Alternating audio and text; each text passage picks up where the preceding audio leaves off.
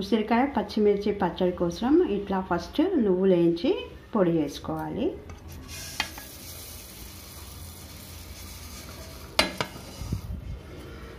ఇవి పచ్చిమిరపకాయలు, ఉసిరికాయలు మన టేస్ట్కి సరిపడా వేసుకోవచ్చు పచ్చిమిరపకాయలు. ఆ తర్వాత కొంచెం జీలకర్ర ఆవాలు కూడా వేయించుకోవాలి. సరిపడా నూనె తీసుకోవాలి. ఉసిరికాయలు మంచిగా క్లీన్గా కడిగేసి మంచిగా నీళ్ళు లేకుండా తుడుచుకోవాలి. తుడిచి కొంచెం ఇవి వేపుకోవాలి నూనెలో.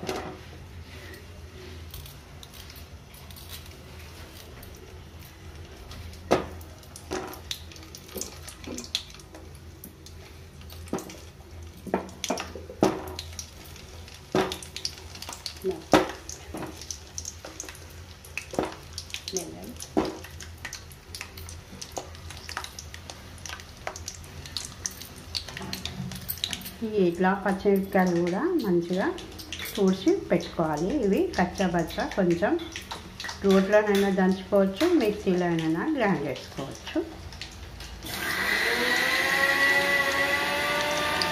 నువ్వులను పొడి పట్టేసుకోవాలి.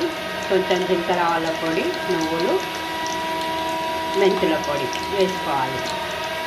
చాలా టేస్టీగా సూపర్గా ఉంటుంది పచ్చడి. చూద్దాం ఇప్పుడు వేగుతున్నాయి కదా. చూస్తున్నారు కదా మంచిగా వేగిపోయింది. పచ్చిమిర్చి, కారం కూడా, ఎల్లిపాయలు కూడా మంచిగా నూనెలో పైకి వస్తుంది. ఇప్పుడు మనం ఇదంతా మన ఉసిరికాయలు నువ్వుల పొడిలో వేసి కలిపేసుకుందాం.